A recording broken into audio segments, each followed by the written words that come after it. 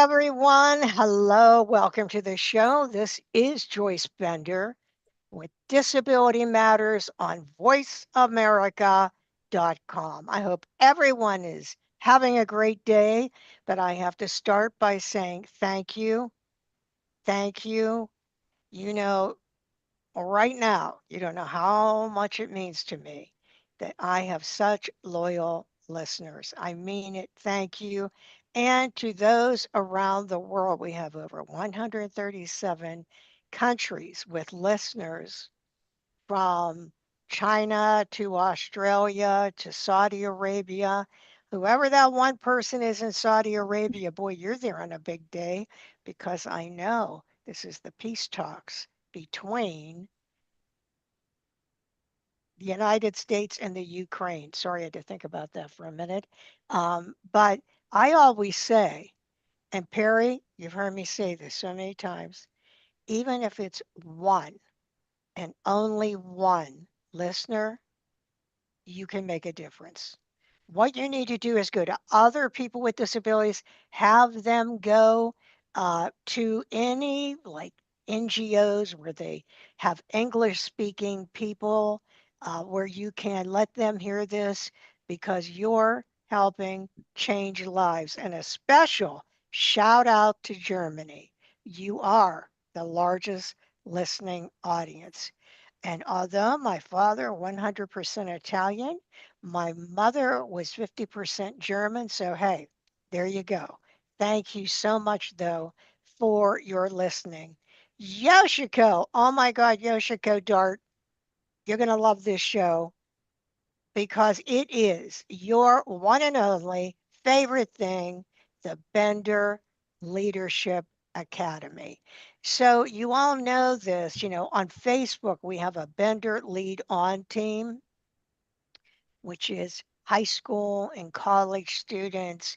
If you were just now building it up, so if you're listening, jump on Bender Lead On team on Facebook and put out any comments that are motivational that will help other people. Again, Bender Lead On team on Facebook. So I called Yoshiko Dart, her husband, who passed away over 10 years ago, was the late, great Justin Dart Jr. And Justin was, who lived with polio and used a wheelchair, was the general. He was a giant behind getting the ADA signed and so many other things. I only wish I spent more time with him, but hey, I'm close to Yoshiko, so the spirit of Justin is still there. But I called her because Justin's famous saying is lead on no matter what. And I said, Yoshiko, could I use that lead on for the Bender Lead On team? And she said, of course. But you know what? She was always behind the Bender Leadership Academy. She is the most wonderful person. I'm so honored to have her in my life. And she loves young people living with disability. So I give her a special shout out every show, and I have for years. Probably as long as you've been on, right, Perry? Yes. You know how I love Absolutely, at least Yoshiko. that long. Yeah. Yeah, yeah. And also, thank you, Highmark, who is our sponsor. And this is the 30th anniversary of Bender Consulting Services. And the company that helped me get started was Highmark. I always say Highmark sets the high mark for other companies to follow. So special thanks to you, Highmark. Now, this is one of my favorite things. Mr. Hammerstrom knows this. Mr. Scott Hammerstrom. I'll call you today Mr. Scott.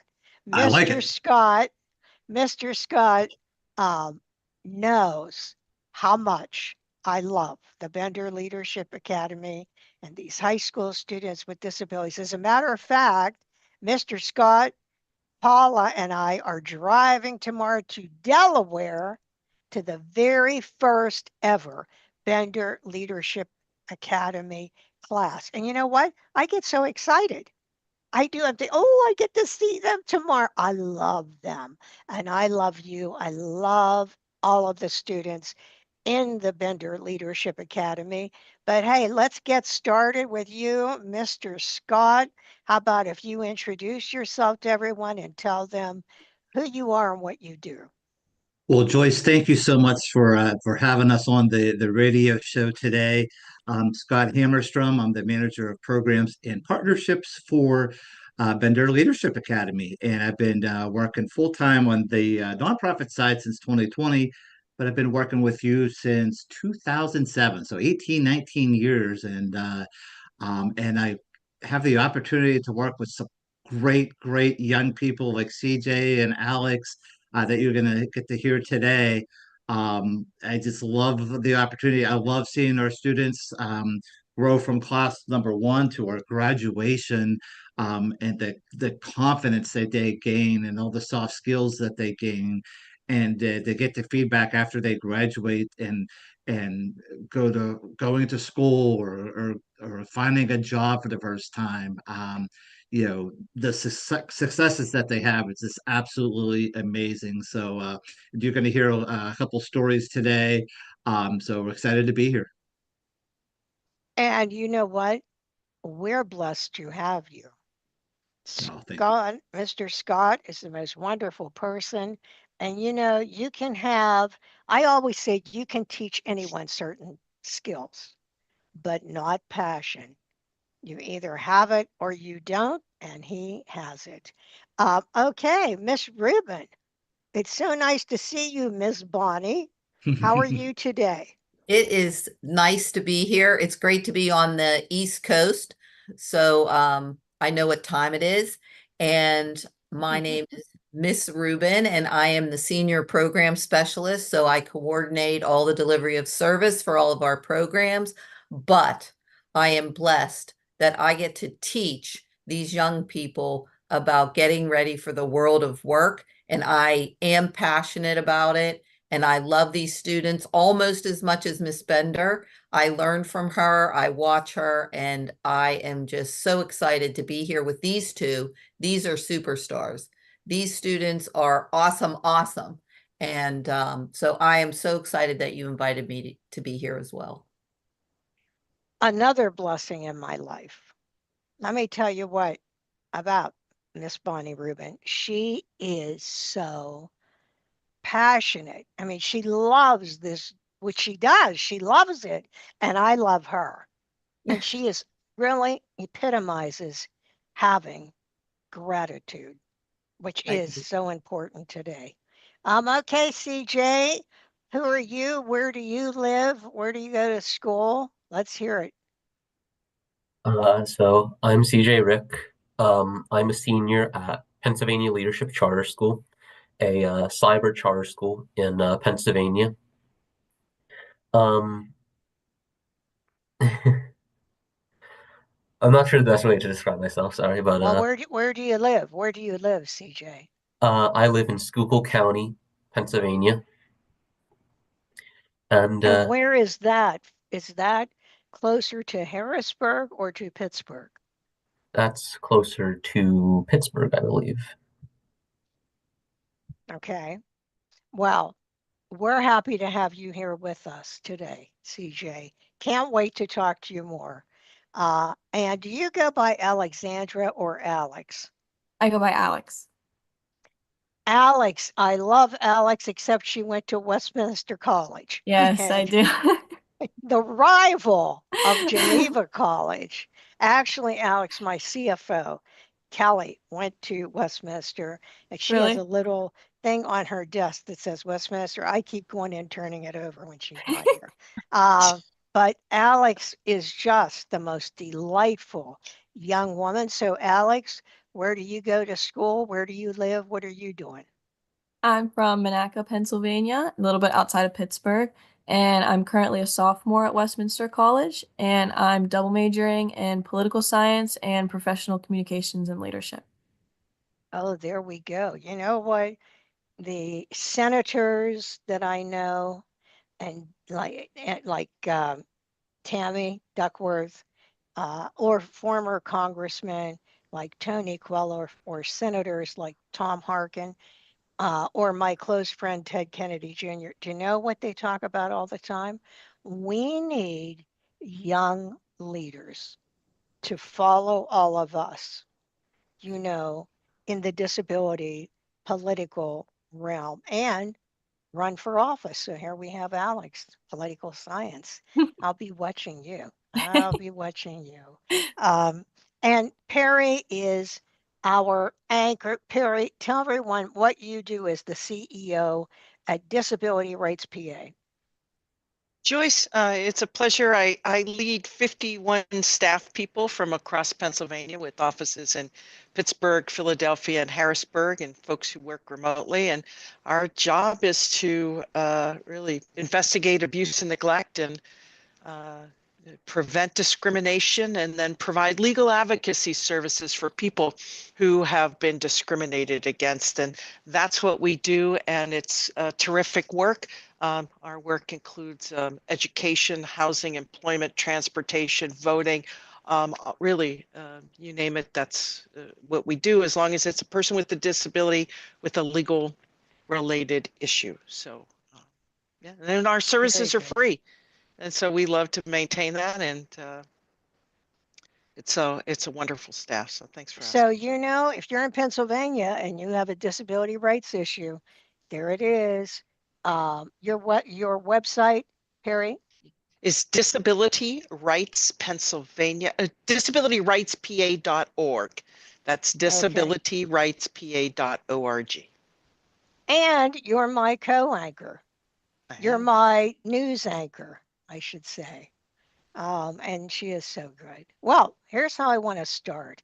I want to start, Mr. Scott, if you could tell everyone, what is the Bender Leadership Academy? What is it? So we are a nonprofit organization. We started in 2018, and our mission is to empower students with disabilities to address bullying, pursue their education, and achieve their career goals. And our vision is a future where every student with a disability reaches their full potential through inclusive, equitable, and employment opportunities. So what we do is we work with young people with disabilities and prepare them for the world of work. And our ages are between 11 and 22 years of age for all the students. Focused mostly in Western Pennsylvania, but we have CJ who's in cyber school, so all over Pennsylvania. And as you mentioned, Miss Bender, we're going to Delaware where we first started. We have a class on Thursday. So we have a bunch of different programs from work readiness of student leaders, advanced student leaders. We teach digital accessibility. Ms. Rubin's going to be talking a little bit about our two new programs, which is our um, program for middle school students, and we have a Ready to Lead program. We have a mentoring program, and we also have education to employment. So we're teaching them the skills to get a job, but we're also giving them real world experience working for a place as well. So we try to be a full service nonprofit organization to help students with disabilities succeed. Oh, that is and it's so important. I found this on the web. So many young people out there that need help. And, we can't reach everyone, but I always say, but one person, it's worth it if it's even one person. And by the way, everyone, where we go in Delaware, Newark, Delaware is only about an hour from Philadelphia. So that will be,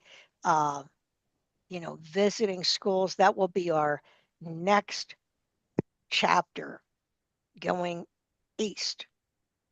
Even though we don't like the Eagles, we will go. No, I'm just kidding. Just kidding. Actually, I was happy they won because no one should win 3 times. So I was happy that they won.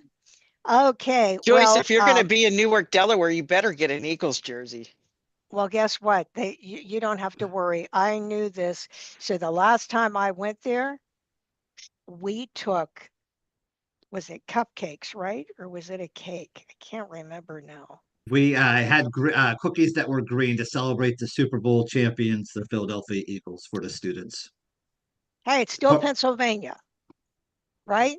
It's Yeah. still, so I told all of them, I cheered for you. So remember, when the Steelers are in the Super Bowl, you have to cheer for them too.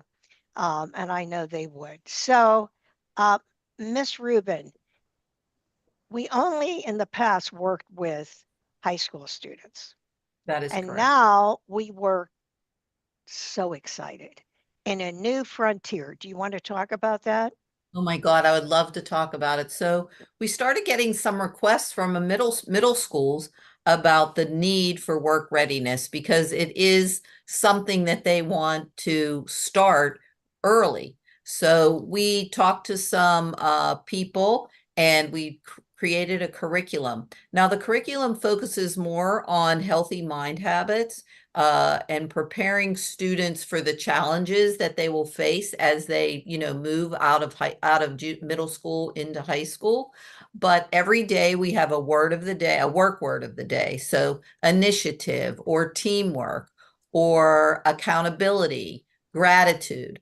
But then we also focus on healthy mind habits, how to deal with peer conflict, how to deal with bullying, how to be an upstander versus a bystander.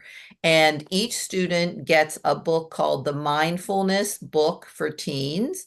And there's all kinds of activities in there and scenarios that help them to start to learn how to navigate the challenges that they're going to face. And also teaching them about emotional intelligence, to be aware of their emotions, to talk about them, to name them. And it is going so well. We just got a testimonial. I don't know if Mr. Hammerstrom has that he can share at least a sentence or two, but the kids are so engaged. I happened to be driving to Florida and my sister was in the car and she heard Liza and I teaching this class, and it happened to be the bullying class, and the students were sharing their stories. I'm getting the chills right now. And it was so powerful. And she is going to write a testimonial, and she has never, heard the teaching or heard the kids. She was so impressed with how these students express themselves and the power of our program. So I just am so excited about the possibilities of moving this program into other schools. It's 10 sessions. They're 1 hour long. They seem to be the perfect length. We have, interactive videos. We have you, Miss Bender. We always show a little bit of Miss Bender. She did some videos, and if it's appropriate, we show a little bit of Miss Bender. And, starting to plant the seeds of work, but also dealing with the biggest challenge in middle school, which is mental health and dealing with their emotions and all those things. And Ms. Rubin, I do have the testimonial. So, Ms. Benner, we received a testimonial from the teacher who helped coordinate from their school, the Insight PA Cyber Charter Middle School. And so they wrote a nice email to us, says, this program has been a monumental success through the uniquely designed curriculum created by Bonnie and Liza, to the empathy, encouragement, and openness they express towards our students during the sessions. Our five stellar junior leaders have grown immensely since the start of the program.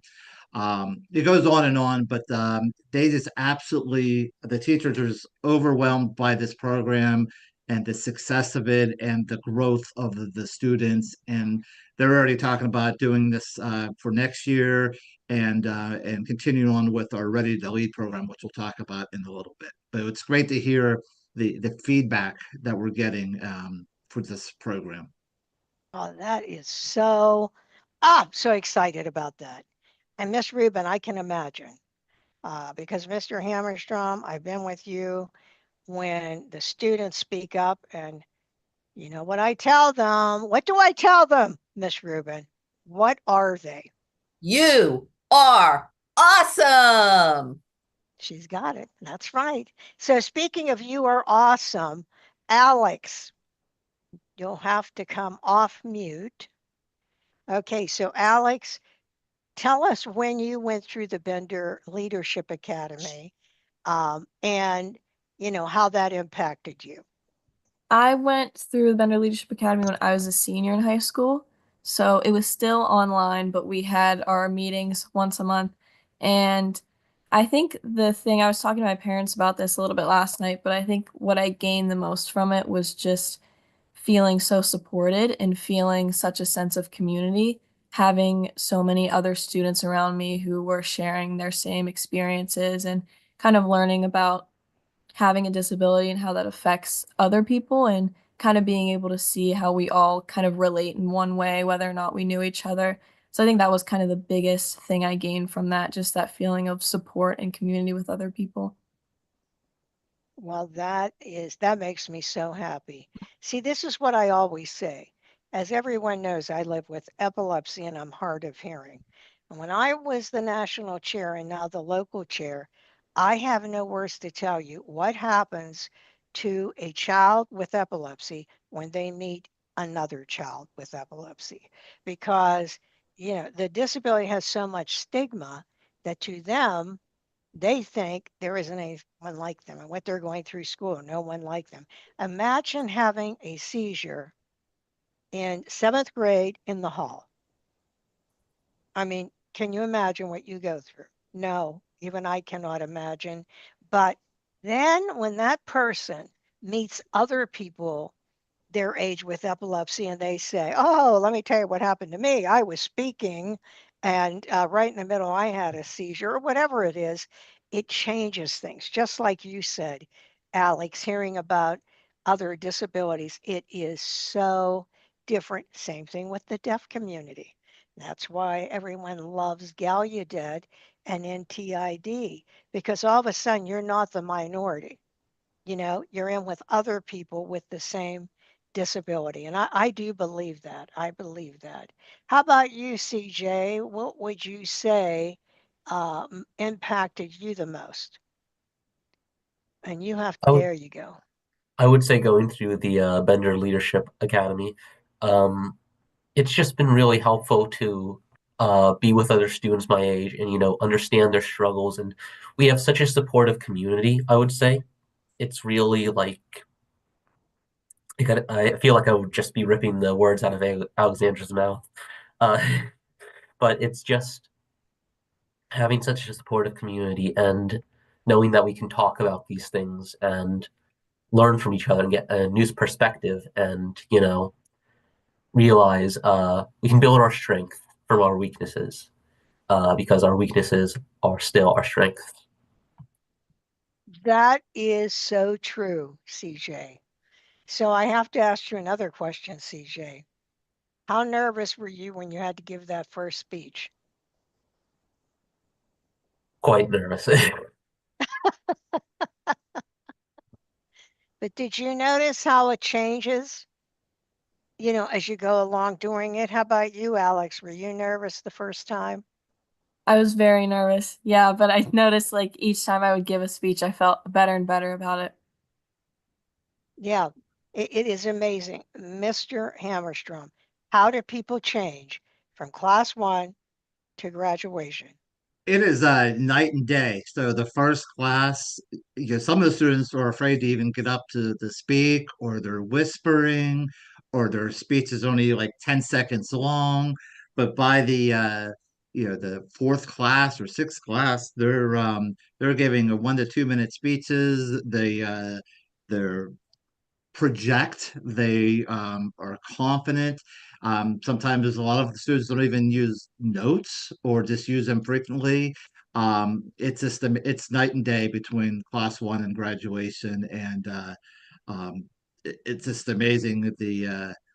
I have no words. It's just amazing to see the growth in all of our students.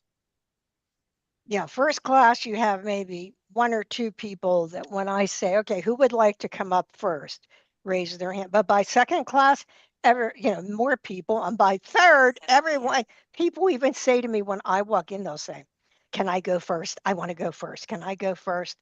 And it is just remarkable that when you believe in someone, that they realize their greatness, just like CJ and Alex.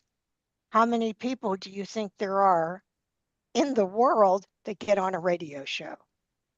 Not a lot. And here you two are being heard all around the world. And that is, you should be proud of that. You should tell people that. I was on an international radio show, you know, Germany, all those countries I told you. And how many kids you know are? I bet very few are on an international radio show. And with that, hey, we're going to get ready to go to our news break with Perry Jude Radisick, which Perry, I can't imagine which thing you're going to talk about today, but I'll turn that over to you. Joyce, I tell you, there's so many things going on in DC right now. The Senate has to still deal with the budget reconciliation package. The House is dealing with the continuing resolution. So hopefully they'll figure out how to fund the government through the end of the fiscal year. There's so much going on. But you know what also is coming up? The deadline to file taxes. We can't miss that. The deadline to file taxes is April 15th. That's right around the corner. So it's important to remind your listeners about the accessibility of the Internal Revenue Service because it has such an impact on taxpayers across the United States. And the IRS has been working for years to improve their accessibility for people with disabilities so that the tax system is fair and efficient for all of us. And that's more than just physical access to the offices. It's also about getting information. How easy is it to get information that I need to file my taxes? How easy is it to get information so that I can understand my tax obligation? And how easy is it now for me to file my return because the IRS now offers free tax filing. On their website. So we've got to make sure that that is an accessible method for people with disabilities.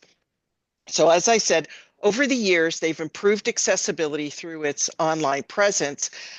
So they have a website that serves, if you've been on there, you know how comprehensive the IRS website is, and it offers a range of tools from the tax forms itself to the instructions to more specific guidance about any issue you might have about filing your taxes. The website is compatible with screen readers and other assistive technologies, so that's great. And then they have tax forms and publications that are accessible.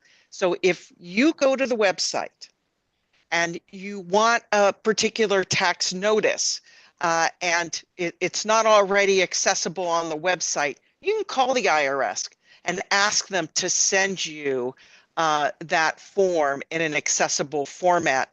This is the number. It's 800 tax form.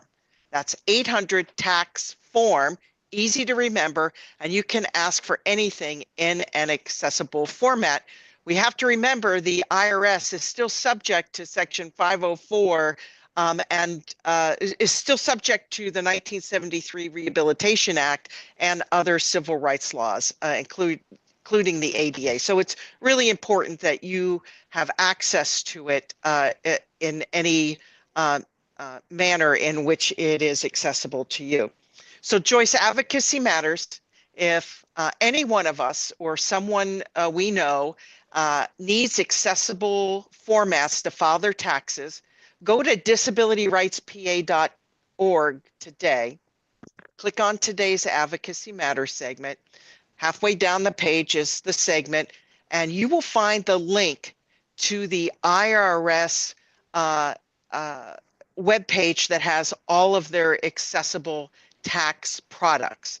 So accessibility is important, and the IRS really does help to ensure that all of us can meet our tax obligations, Joyce. So that's disabilityrightspa.org.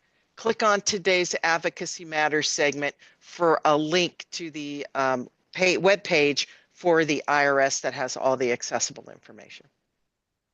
Thank you, Perry. But I have to tell you, we did a webinar yesterday for free for people with disabilities and the people without disabilities because of so many people, losing their employment. on how to write a resume, how to interview, and we will continue doing that. But during this time, I've also had questions for you, Sure. Perry, on the radio show. What have you heard about Medicaid? Yeah. So even as of the start of your show, the president had insisted there were not going to be any cuts to Medicaid or Medicare. He's not, no matter what Mr. Musk says, the president says he's not supportive of any cuts to Medicaid and Medicare. That being said, that's fine to say you're not cutting Medicaid, but what about work requirements? What if you're going to put in place work requirements that could end up being a cut to services? So they're out looking for fraud, waste, and abuse, and they think that's how they're gonna find $2 billion or $2 trillion in the United States budget. I don't know how they get to that number. This is when we have to pay closer attention, Joyce, is after April. Because right now they're working on the continuing resolution. The Senate has to take up the budget reconciliation in April. And then after they pass a reconciliation bill, then the House and Senate committees will start to figure out how to find cuts necessary to meet $2 trillion. And that's when things are gonna have to heat up a little bit around Medicaid for all of us, for sure. Well, I'm very happy to hear that news about Medicaid and Medicare. I would say to everyone to heed Perry's advice. You need to watch or listen to the news. It will impact you right now, so you need to be on it. You need to be listening. Uh, and thank goodness we have so many great things, such as the Vendor Leadership Academy. So I have a question for you, Miss Rubin. During this time, what have you learned the most from the students? Like, how have they impacted you? I guess is what I'm saying. You know, it's interesting because when Alex and CJ were talking, the thing that impacts me the most is the community that is created organically. The way the students from different schools, because virtually we combine different schools, even in person now we combine different schools. And the way they support each other is just, first of all, it was fascinating to me. I didn't expect that to happen as much as it did. But the way that they support each other and create that community, when CJ was selected to be the student speaker for the graduation of his class, and the first thing he asked me was, can I talk about the other students in the class and how they've affected me and how they're doing in the class?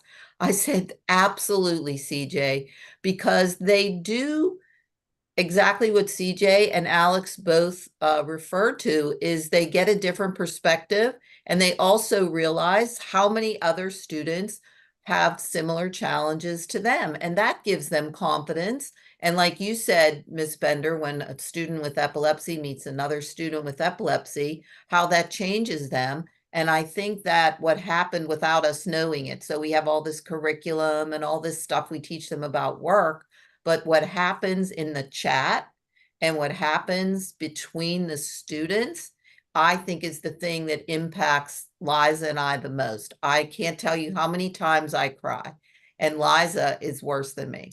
And because we are so touched by their stories, but also by their grace, by the way they present themselves, no matter what their disability is. I think the grace in which they share and the vulnerability that they show is the thing that impacts me the most. And how about you, Mr. Hammerstrom? And I agree with you, Miss Rubin. It's so Well, I can definitely confirm about Miss Rubin and Miss Woodall crying in just about each class. Not each class, but some. It seems like, but yeah, it's just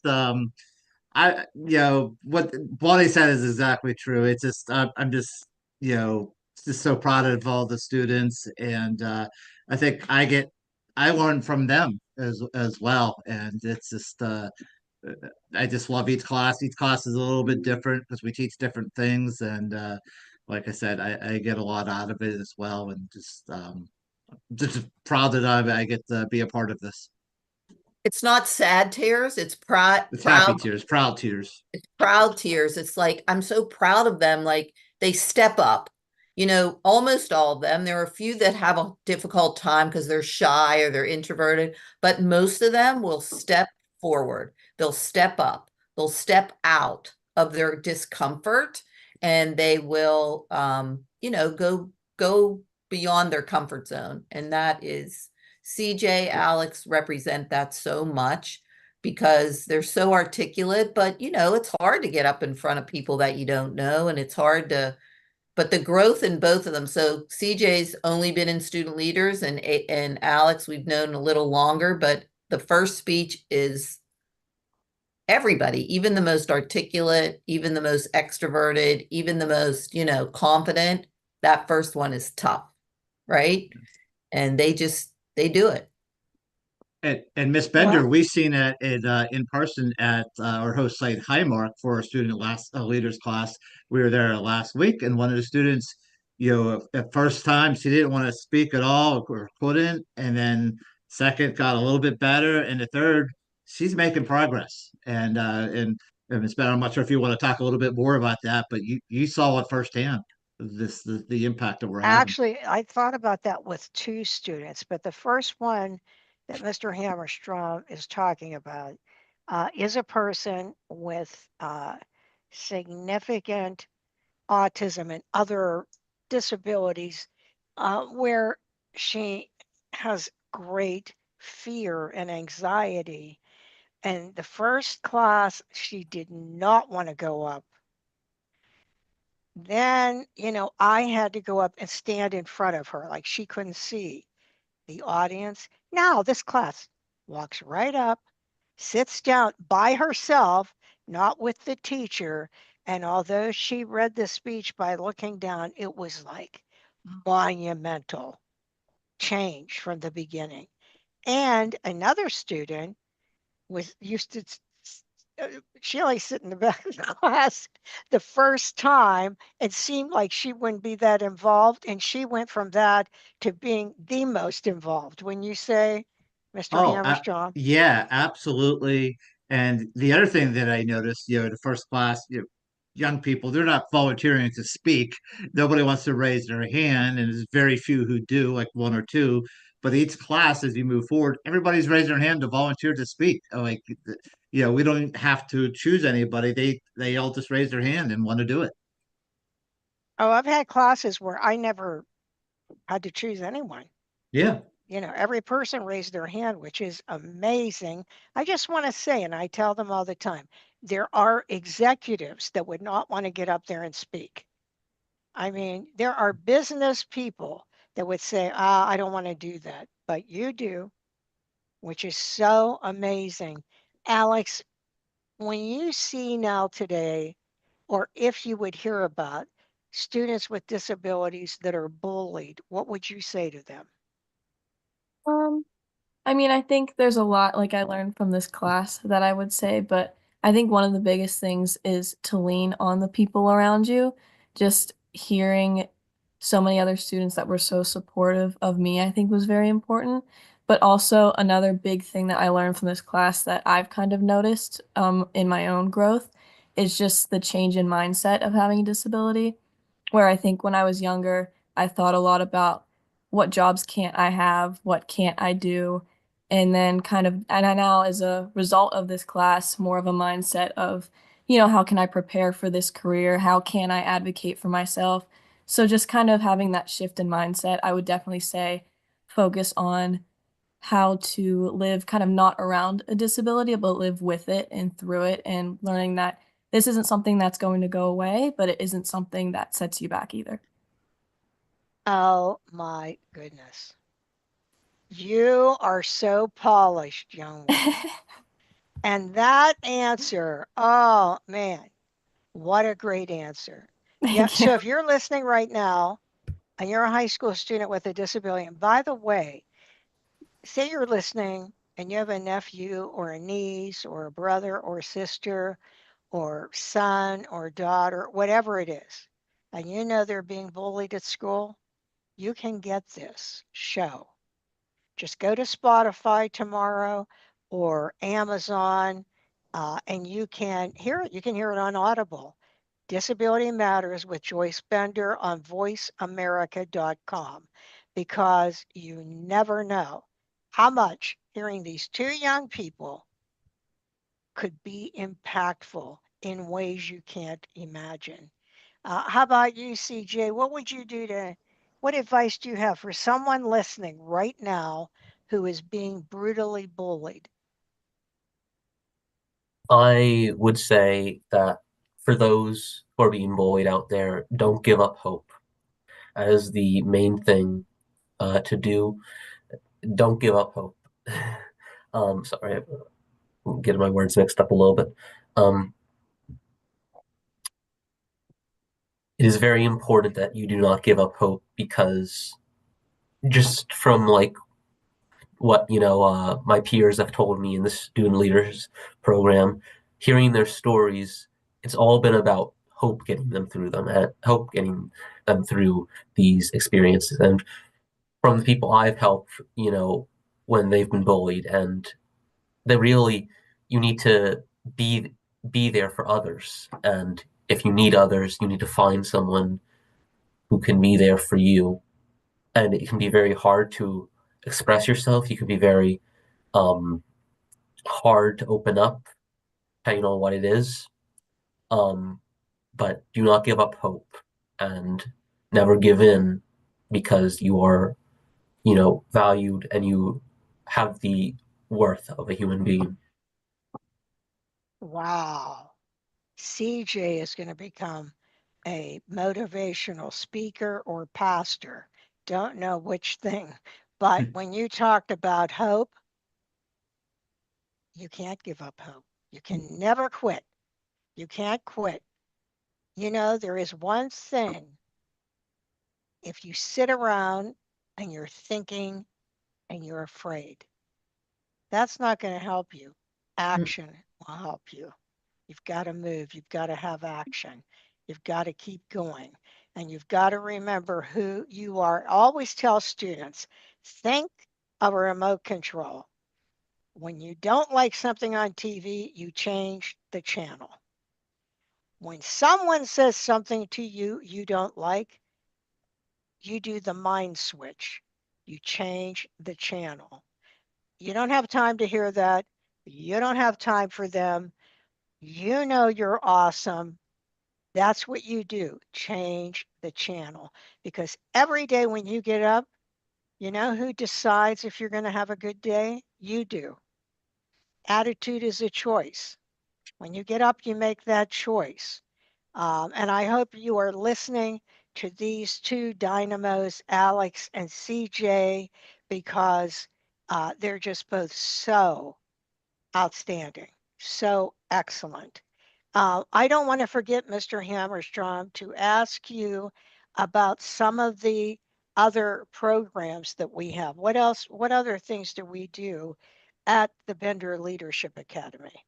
Well, for us to, I want to talk about a couple of events, Miss Bender, that are coming up because, without raising money, we can't help CJ or Alex, and we want more people like them. You see how amazing that they are. So we have two events that were coming up. One is called the Highmark Walk for a Healthy Community on Saturday, June 14th here in Pittsburgh. There is a 5K and a 1 mile walk. 100% of the money proceeds go to the nonprofit organization. And if there's anybody interested, we would love you to support Bender Leadership Academy. You can go to our website, which is benderleadership.org. There's a calendar of events. You click on the walk, and you can sign up to be a virtual walker or in-person walker. Love to see you there. It's disability accessible, and it's also pet friendly, and it's a lot of fun. And we also have the Mary Brocker Memorial Golf Outing, which is on Saturday, August 16th. It's at River Forest Country Club, which is in Freeport, PA. Same thing. You can go to our website, benderleadership.org. Go to our calendar of events. You could sign up for the golf outing. We're always looking for golfers. We're looking for our dinner guests. You can help sponsor or be a whole sponsor. Or we're also looking for people to donate gift baskets for raffle items. And that golf outing helps support the Mary Brocker Mental Health Initiative, which is an important program, Miss Bender. And as many of you know, Mary Brocker is an important part of our lives. And that event, we're celebrating her legacy through this health initiative and our Not Ashamed campaign. Um, because Barry lived with a mental health disability, and we addressed the mental health stigma and its intersectionality across the diverse communities. And with that money that's raised, we put in our programs. We discuss mental fitness training, mental health advocacy, and again, that Not Ashamed campaign, which anybody could do. You could just do a short video on your cell phone and say, "Hey, I'm Scott Hammerstrom. I have a mental health disability, not ashamed." Or if you know somebody, it could be an ally and say, "You know somebody with a mental health disability, not ashamed." Because we want to reduce the stigma around mental health disabilities. So thank you so much for letting me talk about that. We also have the Jarrett Community Engagement, which we talk about advocacy and self-advocacy in our classes as well. So we do and we partnered up with the Pittsburgh CLO, and we do art accessibility. I think we had 3 or 4 students who are taking classes at the Pittsburgh CLO who are interested in the arts. We do a lot of different things for our students because we want them ready for after they graduate to be successful. Yes, and I just want to say, you hear how we're helping young people, but just as Mr. Hammerstrom said, you can sit back and say how wonderful it is, but we need money. See, a not-for-profit, really, it's no different than a for-profit. You need money to run the organization. I'll never forget what the executive director of the National Epilepsy Foundation said one day, and I was the chair many years ago, and he said, um, I can use millions of dollars for our restricted fund, but I can't turn the lights on. What he meant is, you need money from an operating perspective to run the organization. So if you go to benderleadership.org, you can make a donation. And always remember, no donation is too small. benderleadership.org. Um, we want to help more kids. So, you know, make a donation. I did want to ask the uh, plans, Mr. Hammerstrom, for this year. I know we have a disability mentoring day. How many students go through that? So our Disability Mentoring Day program, we have around 500 high school students with disabilities who participate each year. It's always on the third Wednesday of every October. We work with about 45 to 55 different school districts, about 30 different businesses or organizations. And the school districts or the students, they get to go to a business for the day from 9:30 a.m. to 1 p.m. and get to learn a little bit about the world of work and get to learn the different types of things. Like we work with Calgon Carbon or Covestro. They get to learn all the different science things that they do. We work with Sisterson, who does accounting or taxes, banking. You think of PNC Bank, you think of just tellers or maybe a bank manager, but there's so much more. You can learn about their IT and finance and human resources, all the different types of jobs there. So we have one of the largest in the country, Disability Mentoring Day. I've been coordinating it since 2007, I believe, and then we have a big reception. We celebrate in October prior to the Disability Mentor Day, where we have about 150 people in attendance, and we recognize our Linda Dickerson scholarship winners at that event. We give away between 10 and 15 scholarships each year. Alex, did you win at one time this Linda Dickerson scholarship, I believe? Yes. Yeah. Yeah, we have a winner of the Linda Dickerson scholarship here, and she's in college right now. So I'm sure that $1,000 was helpful for you. Absolutely. Yeah. So, and we have an educator of the year. We have our student speakers. Will speak in front of all 150 people, and they're rock stars at this event. And it's just a wonderful opportunity to celebrate all of our students and all of our programs. I want to say that there is intersectionality between the LGBTQ community and students with mental health disabilities. They sort of go hand in hand. And State Representative Dan Miller has had several events I participated in, but most recently, a year and a half ago, it was losing people to suicide through this.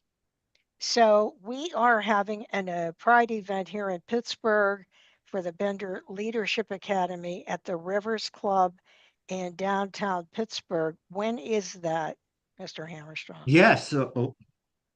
So we are having, or it's called Allies in Pride event, and it's to be on Tuesday, June 17th, and it's an early breakfast event. It's going to be at 7:30, and it's going to be at the Rivers Club.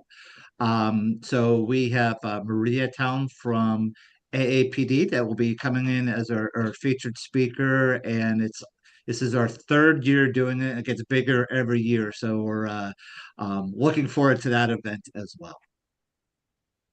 Yes, and if you're here, make sure you register. We'd love to see you at that event and tell everyone else you know, especially, if you're a young person and, uh, you're from the LGBTQ community and you are, dealing with a lot of hardship, have a mental health disability, they go hand in hand, please get in touch with us, benderleadership.org, and go to this event.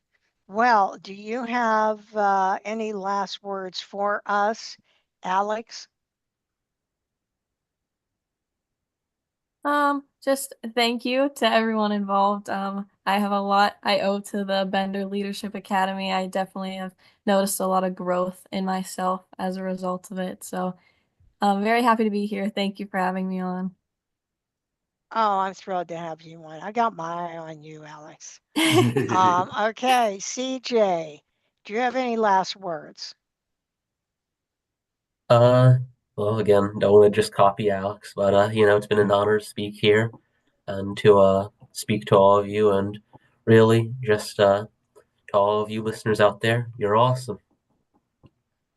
Yes, Miss Rubin, what are you? I am awesome. That's right. And everyone else is on here, and all of you listening. We end every show with a quote. So today it is: education is the most important and powerful weapon which you can use to change the world, said the great Nelson Mandela. This is Joyce Bender, America's Voice, where disability matters, at voiceamerica.com. Talk to you all next week with CEO Ellen Duffield from Highmark Home Care. And in the words of Mary Brocker, when you go out today, remember,